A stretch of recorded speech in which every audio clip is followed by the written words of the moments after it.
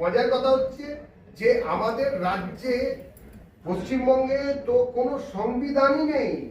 সংবিধান একদম খারাপ জায়গা আছে, একথা বলার ব্যবস্থা নেই। সাংবিধানিক সংকট টঙ্কট নয়, সংবিধান জিনিসটাই নেই।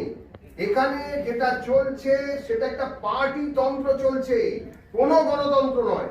আইপ্যাকের কিছু লোক, একদম নাম করে বলতে পারি, আইপ্যাকের কিছু মানুষ, তৃণমূলের কিছু লোক, প্রশাসনের একাংশ মিলেমিশে একটা পুলিশ স্টেট চালাচ্ছে।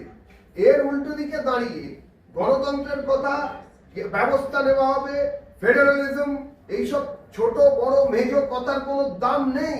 নির্বাচন কমিশন জ্ঞানেশ কুমার আর ওয়ার্নিং বা আর অন্য কিছু দেবেন না।